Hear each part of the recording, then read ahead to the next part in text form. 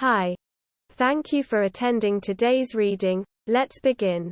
I pulled a pranker with my twin daughters when they were born, and even to this day I don't know if their names are arranged correctly.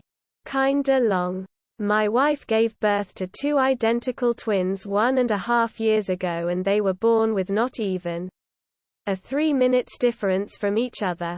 Even this young. They are the definition of identical twins because they look exactly the same. Same height. Same features, same everything, because they shared the same placenta. It should be noted that me and my wife had decided the names already when we were told we would have twins, and for the sake of this post, the firstborn babe would be named a clone 1A and the second a clone 2A. However, Taria is something that my wife doesn't know to this day and probably never will. When my wife was still hospitalized for the routine 24 to 48 arresta after the uncomplicated vaginal delivery, I had a few moments to sit and watch my babies as my wife was resting or sleeping. When the babies were delivered, one of the nurses put a small pink bracelet on their wrists with their initials written on it to differentiate them, and also for obvious reasons. Not gonna lie. During the final hours after my wife had checked out with the doctor for a possible discharge and she was cleared, I had a few Lion King moments with my babies, with the proud feeling of I made thissa after they brought him to our room. Here's the catch. For a moment I thought it would be funny to switch the birth bracelets, and when we get home, I thought it would be priceless to watch my wife's reaction when she would find out that she had mixed the babies all along when we got home. And so I did it. When she was resting, knowing that my parents and my in-laws were coming for a visit, I switched the bracelets, knowing well that they wouldn't allow me to do it.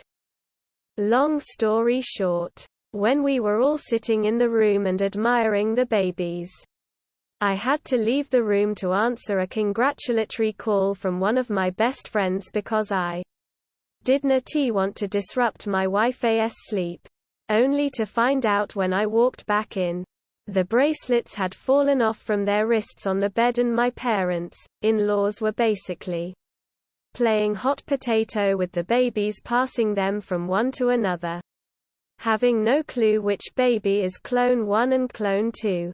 Now I know that these bracelets are meant to be cut and not to just pop open. Kind of like the festival bracelets.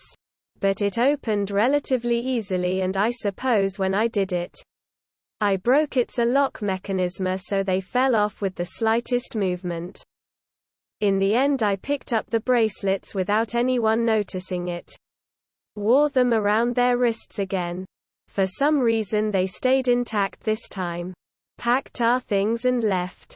Even to this day, their identifications might be switched and we call clone 1 clone 2 and clone 2 clone 1. Or maybe not, and everything is how Ita's supposed and was meant to be. I just don't know, and Taria's no way to find out. That 50-50 chance and not knowing is kind of irritating and funny at the same time. So yeah, even 1.5 years later, that's how I played myself. End of story. Next story. Update. I finally left my abusive parents. I'm at the airport now, waiting for a plane to take me 3,000 miles away with a one-way ticket. I'm posting an update to this. Part 1, as I know a lot of people asked me to keep updating. TL. Doctor. My family has been extremely abusive and toxic to me my entire life, including taking all of my money and telling everyone that I lied to them about my older brother molesting me when I was young. Which did happen. I am 23 years old. I've been dealing with severe physical abuse my entire life.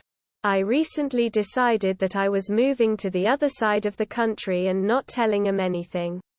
I changed my number and deleted all of my social media. I'm never coming back to this place. Ever. So I actually did it. I said goodbye to my few friends here. I packed all of my stuff in a suitcase. I read a post on this sub earlier where someone said it's funny how your entire life can fit inside a suitcase. He was right. And you really start to feel bad when it comes down to this and you realize that you don't need much of what you have at all.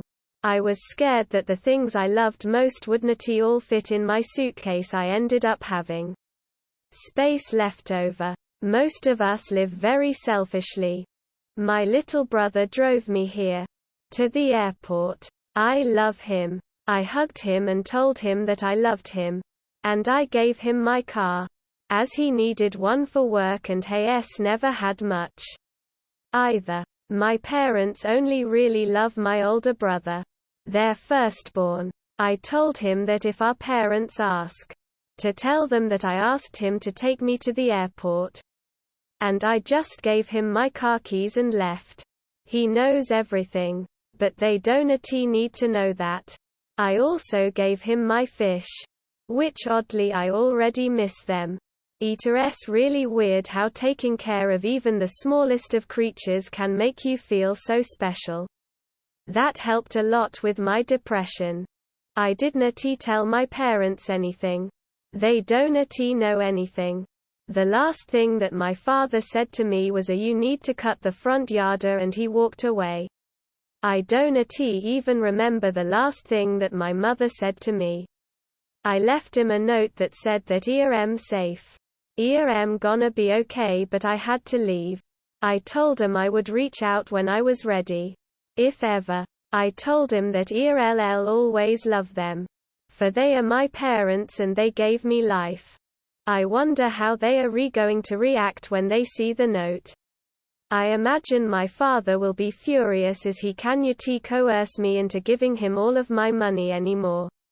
My mother is just going to use it to get pity. Because her life is such a tragedy. At least, according to her book of faces. Perhaps they should have treated me better. As I'm the best son they could have ever asked for.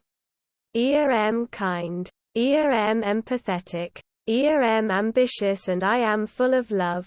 But even I have my breaking point. And I'm going to find new people to give my love. People who will appreciate it. So anyways. Yeah. I did it. I packed a suitcase that is my life. I grabbed the bracelet that my old friend who passed away gave me and put it around my wrist. I put on my favorite pair of beat-up boots and cuffed my jeans. And I left. I'll be so far away in 12 hours. They won't ever be able to hurt me again. I randomly ran into my ex-boyfriend here at the airport. Just a few minutes ago. We didn't end things well when we broke up 2 years ago. Coincidentally, it ended because he told me I was being ridiculous for rebelling against my parents' abuse. And that I should be grateful to them. For even being alive. He was in a rush but he smiled and asked how I was doing. And he proposed that we should catch up when I got back from wherever I was going. I smiled at him. I told him I was doing well. And I said I'll let you know when I get back. Oh. I feel very whole right now. For the first time in my life. Edit. Wow. My very first gold. Thank you so much. I can't believe how supported I am. Honestly. My emotions are all over the place but I can't believe how many people are proud of me. This is genuinely the one single thing that I wanted to do more than anything else in life. I was always so terrified to just take this leap of faith and hit the reset button and I'm almost in tears over how many people believe in me. I have no choice but to succeed now. Edit 2. And thank you for the silver as well. I'm going to take this opportunity to be my dramatic self haha and say that I genuinely am in Tears in this airport at how supportive you all are. I cannot believe I just recently discovered Reddit.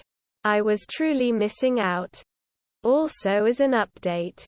E2S 10:19 a.m. and I am in NYC at the airport here. My flight was delayed but finally it took me from my home to here. In an hour. I'm boarding my flight to take me to my new home in California. Edit 3. I am moving to Los Angeles. My parents don't know yet but will definitely update when they find out. My brother and I are in close communication about this. I do have somewhere to stay when I get there. No job yet but thought it'll be easy. I just wanted to answer some questions that I was getting a lot. I was married when I was younger and we moved away. Got divorced 2 years and a few months ago.